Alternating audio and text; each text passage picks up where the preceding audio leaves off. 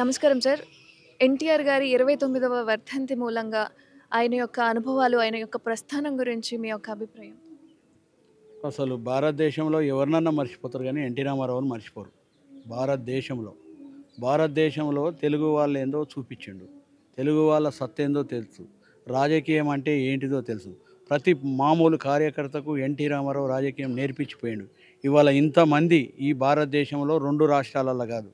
ఎన్టీఆర్ అంటే ఒక ప్రపంచనం. ఎన్టీఆర్ అంటే ఒక బ్రాండు.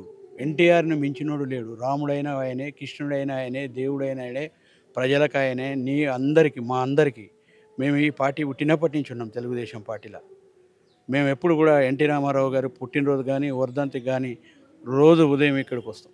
రోజు ఎన్టీఆర్‌ని దర్శించుకుంటాం. మేము ఎప్పుడు కూడా మా ఫోన్లో కూడా ఎన్టీ రామారావు బొమ్మ ఉంటుంది.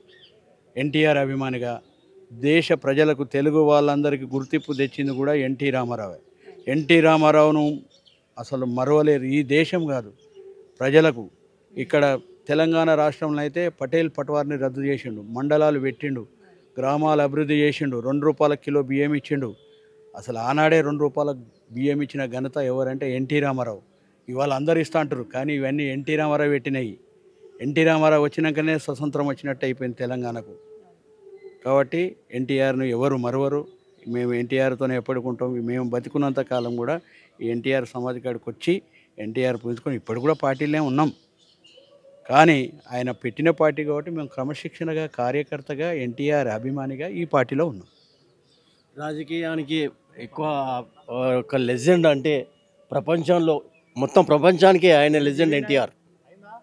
ఎన్టీఆర్ మించినోడు లేడు. ఏ పరిపాలన ఎవడొచ్చినా కానీ ఎన్టీఆర్ లెక్క చేయలేరు. ఆ పథకాలు, ఆ వనరులు, బీసీలకు ఇచ్చే వనరులు ఎవరికి ఏమి ఇచ్చేయాలో అన్నీ చేశారు ఆయన. ఆయనకు మించిన వాళ్ళు లేరు ఎవరు.